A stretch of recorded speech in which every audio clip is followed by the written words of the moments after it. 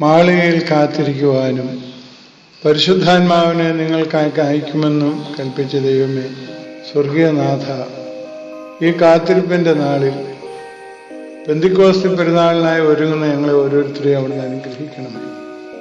നിന്റെ കൃപയുടെ കടാക്ഷം എപ്പോഴും ഉണ്ടായിരിക്കണമേ. ഞങ്ങൾക്കുണ്ടാകുന്ന വേദനകളിലും തളർച്ചകളിലും പതറിപ്പോകാതിരിക്കാൻ നിന്റെ പരിശുദ്ധാത്മാവ് ഞങ്ങൾക്ക് ആശ്വാസദായകനായിരിക്കണമേ. ഞങ്ങൾ നിന്നെ എന്നും സ്തുതിക്കും, അതിപ്പോഴും എപ്പോഴും എന്നേക്കും തന്നെ. ആമേൻ. കർത്താവിനാൽ അനുഗ്രഹീതരുടെ സമൂഹമേ, നാം അറിയേണ്ടതായ പല കാര്യങ്ങളും 37-ാം സങ്കീർത്തനത്തിലുള്ളതുകൊണ്ട് വീണ്ടും അവയിൽ നിന്ന് ചിന്തിക്കുകയും ധ്യാനിക്കുകയും ചെയ്യുന്നു.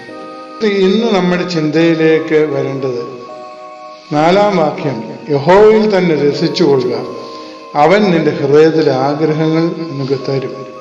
ദൈവം നമുക്ക് തന്നിട്ടുള്ള ചുറ്റുപാടുകൾ, നമ്മെ ഏൽപ്പിച്ചിട്ടുള്ള ചുമതലകളും ഭംഗിയായി നിർവർത്തിക്കാൻ തക്കവണ്ണം ദൈവാശ്രയബോധത്തോടെ എടുത്തില്ല.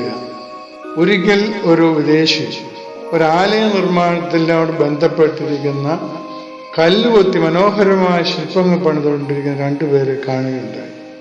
ഒരാളുടെ അടുത്ത് എന്ന് ചോദിച്ചു, നീ എന്താണ് ചെയ്യുന്നത്? ജീവിക്കണ്ടേ? ഞാൻ അതിനുവേണ്ടി പണിയെടുക്കുകയാണ് എന്ന് അദ്ദേഹം മറുപടി പറഞ്ഞു.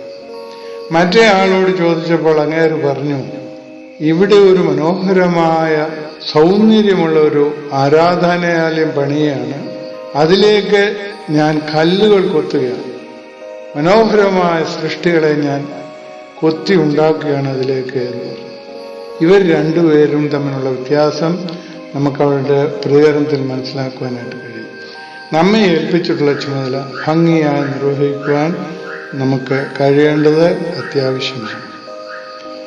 2-ാമത് 7-ാം വാക്യത്തിൽ മിണ്ടാതിരുന്ന് അവനായി പ്രത്യാശിക്കുക എന്ന് കാണുന്നു. അതും യഹോവയിൽ ആശ്രയിക്കുന്നതിനെ കുറിച്ചാണ് പറയുന്നത്.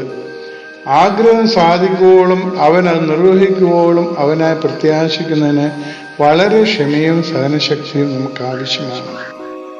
ദാനിയേലിന്റെ സഹോദരങ്ങളെ തീച്ചൂളയിൽ ഇടുന്നതുവരെ അവർ ക്ഷമയോടെ കാത്തിരുന്നു. അതുവരെയും ദാനിയേലിന്റെ സഹോദരങ്ങളുടെ ശത്രുക്കൾ വിചാരിച്ചത് അവരെ തീ ദഹിപ്പിച്ചു കളയും, അവർ നാശം അടുത്തു വന്നു. അവർ ആഹ്ലാദിച്ചു നിൽക്കുകയായി.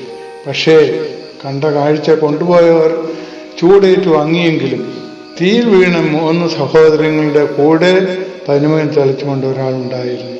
ഈ പനിമൻ തെളിക്കാൻ ദൈവദൂതനെ വിട്ട ദൈവമാണ് നമുക്ക് സംരക്ഷകനായി ഉള്ളത് എന്നുള്ള ബോധ്യവും ചിന്തയും നമ്മുടെ പെരുമാറ്റമുണ്ടായിരുന്നു. ദൈവം നമ്മെ അനുഗ്രഹിക്കട്ടെ.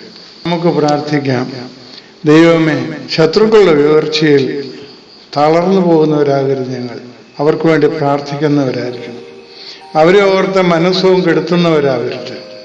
ദൈവമേ, നിന്റെ തിരുഹിതത്തിന് വിധേയപ്പെടുന്നവരും നിന്നോട് പ്രിയപ്പെടുന്നവരും നീ ഏൽപ്പിക്കുന്ന ചുമതലകൾ അനുഗ്രഹമായി നിർവഹിക്കുന്നവരുമാക്കി ഞങ്ങളെ ഓരോരുത്തരും തീർക്കണമേ. നിന്റെ പരിശുദ്ധാത്മാവ് ഞങ്ങളോടുകൂടെ ഈ ദിവസം മുഴുവൻ ഉണ്ടാവുകയും ഞങ്ങളെ പ്രവർത്തനങ്ങളെ അനുഗ്രഹിക്കുകയും ചെയ്യണമേ. പിതൃപുത്ര പരിശുദ്ധാത്മാവായ ദൈവത്തിന്റെ കൃപ അനുഗ്രഹങ്ങളും നാം എല്ലാവരുടെ മേലും ഇന്നാൾ ഉണ്ടായിരിക്കുന്നവരാണ്. ആമേൻ.